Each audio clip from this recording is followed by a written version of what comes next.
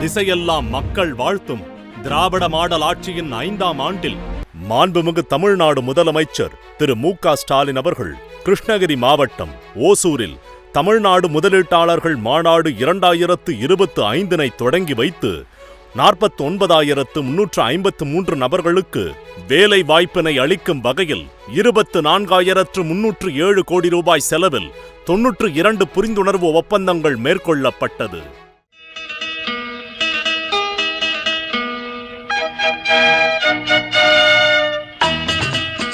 பண்ணைபுரத்திலிருந்து symphony சிகரம் தொட்ட இசைஞானி இளையராஜா அவர்களின் 50ஆம் ஆண்டு பொன் விழாவினை அரசு விழாவாக நடத்தி பெருமை சேர்த்த மாண்புமிகு தமிழ்நாடு முதலமைச்சர் திரு மு.க. ஸ்டாலின் அவர்கள் இந்தியாவிலேயே ஒரு இசை கலைஞருக்கு முதன் முறையாக பாராட்டு விழா நடத்தி முதல் மரியாதை செய்தார்கள்.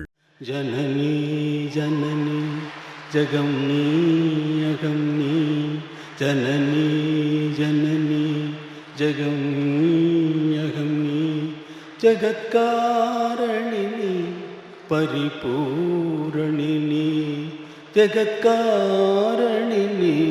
பரிபூரணினி ஜகத்காரணினி பரிபூரணினி ஜனனி ஜனனி ஜகம் நீ அகம் நீ ஜனனி ஜனனி ஜனனி ஜனனி.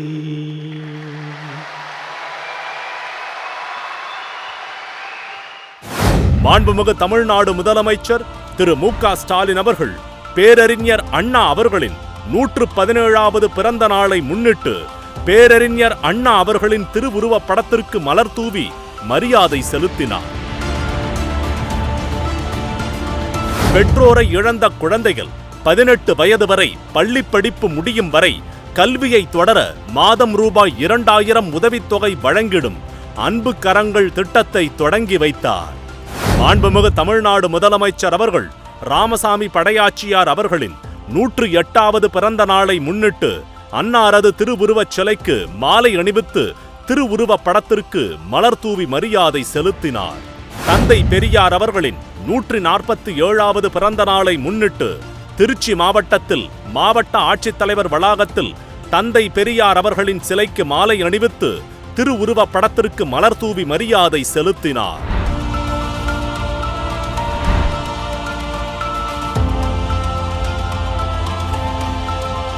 சென்னை காந்தி மண்டபம் வளாகத்தில் சுதந்திர போராட்ட வீரமங்கை ராணி வேலு நாச்சியார் அவர்களின் திருவுருவச் சிலையினை திறந்து வைத்தார்.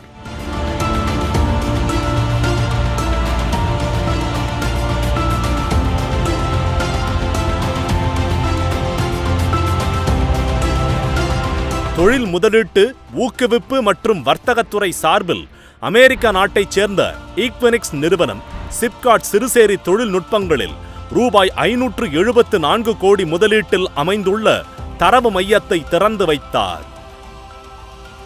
பள்ளி கல்வித்துறை சார்பில் முப்பெரும் விழா நடைபெற்றது.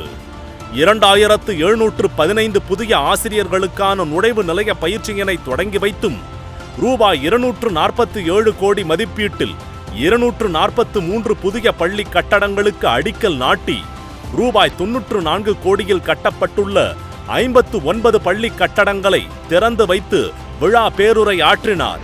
நம்ம திராவிட மாடல் ஆட்சி அமைந்த பிறகு தமிழ்நாட்டு கல்வி சூழல மிகப்பெரிய மாற்றங்களை கொண்டு வந்திருக்கிறோம். இன்னைக்கு நம்ம அரசு பள்ளி மாணவர்கள் நம் பெருமையின் அடையாளமா உயர்ந்து வராங்க. பள்ளிகளோட உட்கட்டமைப்பும் தரமும் உயர்ந்திருக்கு.